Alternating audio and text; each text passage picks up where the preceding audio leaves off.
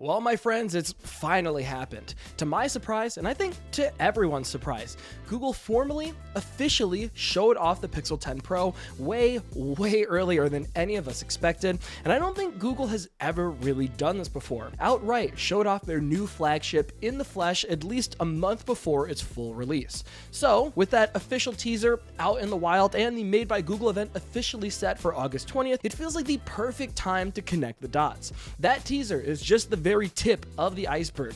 The leaks have painted a very clear picture of what Google has planned, from new phones and watches to earbuds and a massive software overhaul. This year does feel truly different depending on how things go, so let's break down what Google has just confirmed and, more importantly, what it means for what's shaping up to be the biggest Pixel launch in years. And of course, if you want to stay on top of every single detail as it drops, you should absolutely be subscribed to the 95 Google YouTube channel. We'll be covering the Pixel 10 in depth, and I do not want you to miss out. Alright, so let's start with the most recent piece of news. Google updated their store page with a short 13-second teaser that gives us our first official look at the Pixel 10 Pro. It shows the number 10 beautifully morphing into the camera bar, and it does confirm a few key things. First, the design we've seen in all the leaks is 100% real. The phone looks exactly as we expected, which tells me Google is incredibly confident in the design they landed on with the Pixel 9. Second, we did get a look at a brand new color, a sophisticated bluish gray that is reportedly called Moonstone. And finally, the teaser clearly shows the temperature sensor under the flash, which is a pro level feature, confirming that this is the Pixel 10 Pro model. I will say it is interesting that Google made this move showing off the phone early, and I'm not really sure how I feel about it yet. I think it does help them a bit by giving an official look from their end, because I have a feeling we'll see a ton more leaks as the month goes on. So it does give some control back to Google here. We know the design is official, and that leaves room to focus on the rest of the truly important aspects here, and that's where things do truly get interesting. We already talked about the simple things like the SIM card tray being moved to the top, and the slightly thinner frame for the camera bar, and the symmetrical speakered cutouts at the bottom of the phone, but what we haven't talked about is probably the biggest change to Pixel in years,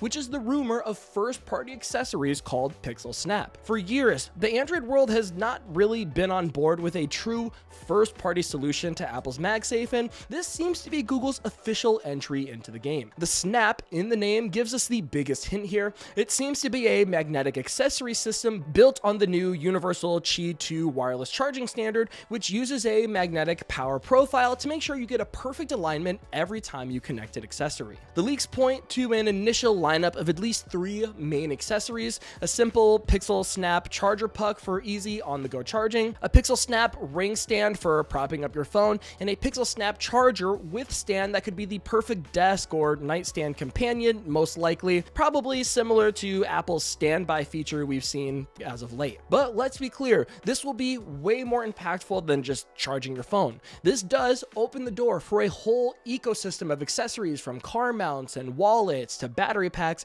making the Pixel platform a lot more convenient in that aspect if any of this is to be true.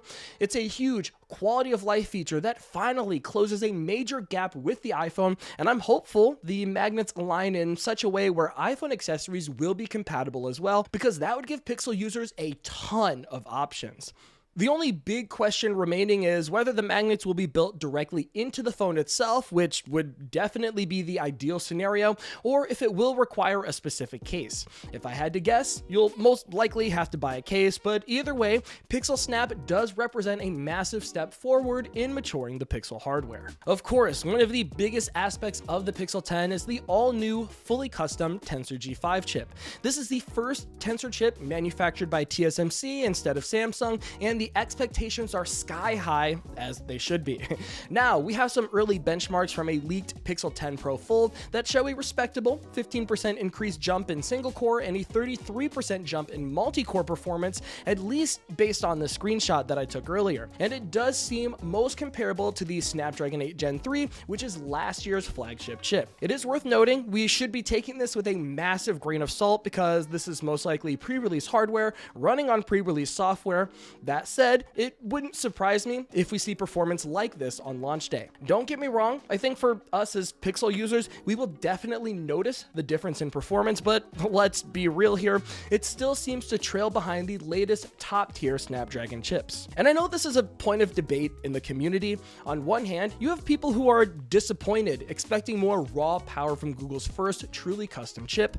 On the other hand, you have people more like me who know that Google's goal with Tensor was never about crushing benchmarks. It's about custom tuning a chip for efficiency and, most importantly, on-device AI. And to me, as long as the Tensor G5 delivers on that efficiency and enables new AI features without destroying the battery or being bottlenecked by performance, I'll be happy. I truly think AI is Google's ace in the hole, and I think it will be one of the biggest selling points for the Pixel 10, for better or for worse. The main features I'm talking about here is Magic Q, a new AI feature that could hopefully be a massive leap forward for the Google Assistant. From what we've heard so far, it seems to be a proactive, context-aware AI assistant that understands what you're doing and can offer to help. The best example we've heard is to imagine a friend messages you asking for flight details. Before you can even switch apps, Magic Q sees the request, finds the flight number from your email in your Gmail account, and then presents it to you as a one-tap suggestion. That's the kind of agentic AI that Google has been promising for years now, and if it works well, it's what will set the Pixel 10 apart. To me, the whole point of truly useful AI is to be able to make things easier, and having it anticipate your needs is just next level in my book. And when you pair that intelligence with the visual overhaul of Material 3 Expressive coming hopefully alongside the Pixel 10, you'll have a software experience that's not just more smarter and more helpful, but feels more alive and engaging, which is always great to see. And of course, the August 20th event will not just be about phones and software. We're fully expecting to see the ecosystem grow with the reveal of the Pixel Watch 4 and just maybe a new pair of Pixel Buds. Let's start with the Pixel Watch 4 because rumors here point to Google directly addressing two of the biggest complaints users have had for years: battery life and repairability.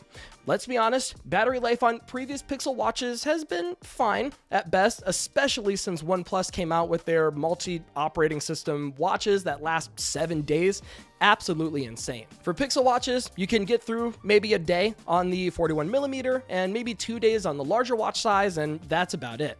This year, it looks like Google is tackling this problem from two different angles. First, the hardware. Leaks point to physically bigger batteries across the board, with the 41mm model getting a bump up from 307 mAh to 325 mAh, which is about a 5% increase, and the 45mm version is going from 420 mAh to a more substantial 455 mAh, or about an 8% increase. But a bigger battery is really only half the solution here. The other half is a new M55 coprocessor. This is a chip that handles all of the low power tasks like health tracking, for example.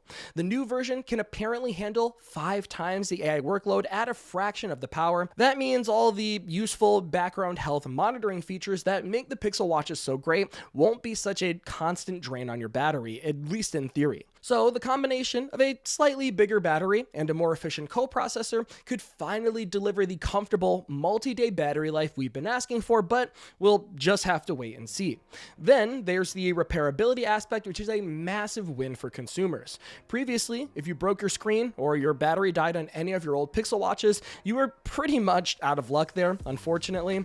The Pixel Watch was effectively a disposable device at that point. But now, reports are stating the Pixel Watch 4 has been redesigned to, quote, be taken apart and services needed, unquote. While the details are vague on this logically points to screen and battery replacements now being possible, which will add huge long-term value and shows Google is finally serious about building trust in their hardware if this turns out to be true.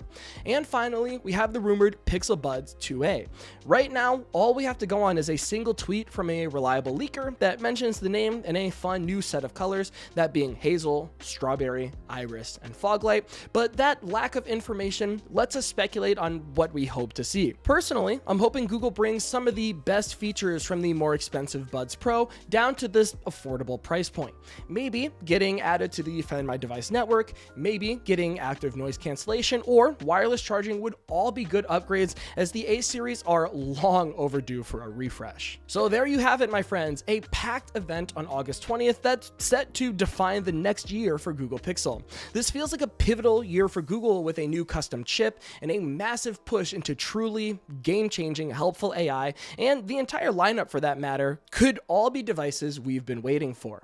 But those are just my thoughts. I have to ask you guys now, what are you most excited to see at the Made by Google event? Are you hoping for a huge leap with the Tensor G5, or are you more interested in the other products we talked about today? Let me know all your thoughts down in the comment section below, as I'm super curious to hear what the Android community is thinking. Until next time, this has been Jordan Floyd with 9to5 Google. Thank you so much for watching, and I'll see you in the next one.